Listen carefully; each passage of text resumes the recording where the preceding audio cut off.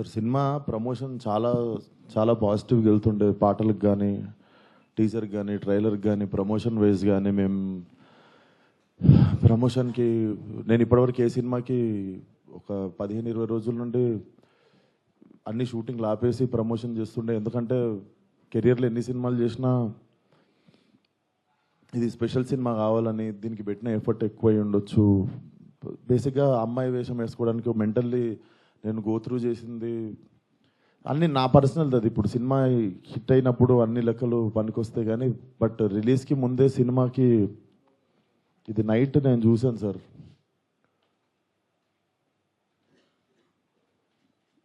14th Feb morning Laila movie HD print link పెడతా.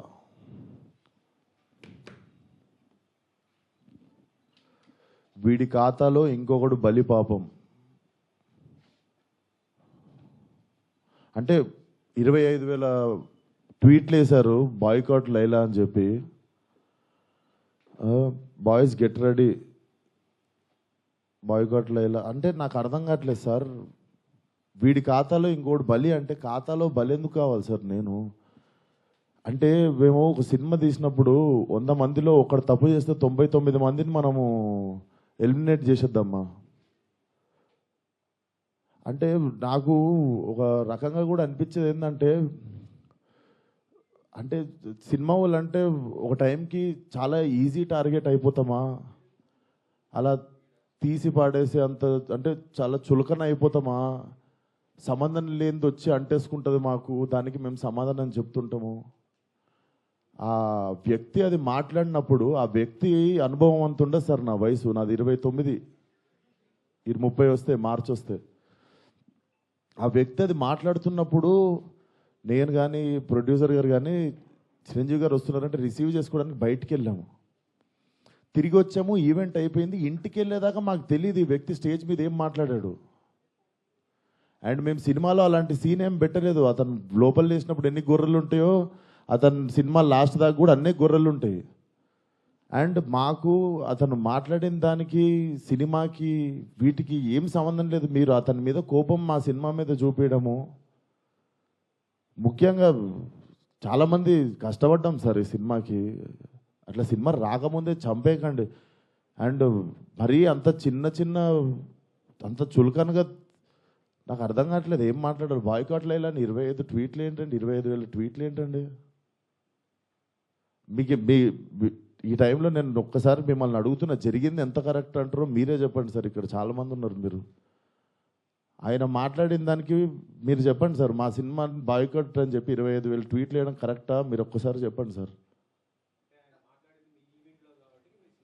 అదే sir, ఇప్పుడు ఈవెంట్లో ఇప్పుడు అందరికీ నేను ఇంట్లో కూర్చొని వాళ్ళ స్కూల్ ఫీజు నేను కట్టి వాళ్ళకి సంస్కారం నేర్పించలేదు కదా సార్. నేను వాళ్ళు ఏం మాట్లాడతారు అనేది మన కంట్రోల్లో ఉండదు కదా సార్.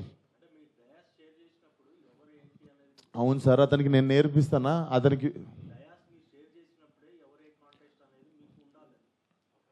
ఓహో నాదే తప్పంటారు.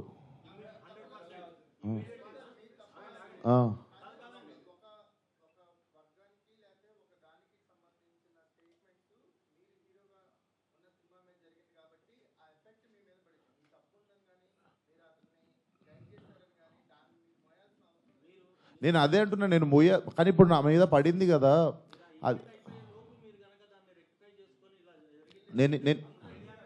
నేను ఇప్పుడే చెప్తున్నా కదా సార్. మేము చిరంజీవి గారిని రిసీవ్ చేసుకోవడానికి వెళ్ళాం. మేము కూడా ఇంటికి వెళ్ళిన తర్వాత చూసాము.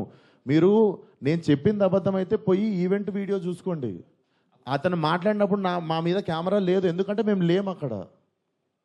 నేను సావు గారు రిసీవ్ చేసుకోవడానికి వెళ్ళాం. మీకు తెలుసు ఎంత గోలగోలగా ఉంటుందో ఈవెంట్ అయిపోయింది, ఇంటికి వెళ్ళిపోయాము. ఇంటికి వెళ్ళిపోయిన తర్వాత చూసి షాక్. ఇది ఆయన ఎప్పుడు మాట్లాడండి, ఇది అసలు ఇవన్నీ ఎప్పుడు జరిగినాయి అని మేము షాకు. ఎందుకంటే ఈవెంట్ అయిపోయిన తర్వాత మేము కూర్చొని డిన్నర్ చేస్తున్నాము, అంత అయిపోయింది. ఇంటికి వెళ్ళిపోయిన తర్వాత సడన్గా ఈ హ్యాష్ ట్యాగ్ చూసి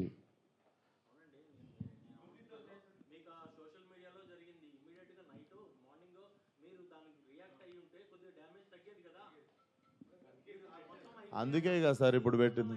సార్ కొంచెం అట్లా అరవకండి సార్, నా మీద కొంచెం మెల్లగా మాట్లాడండి. అరవకండి.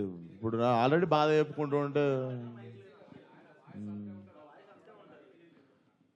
సరే సార్. మీకు మీ అందరికీ చూస్తున్న జనాలకి క్లారిటీ ఇవ్వడానికే వచ్చినాం ఇక్కడికి.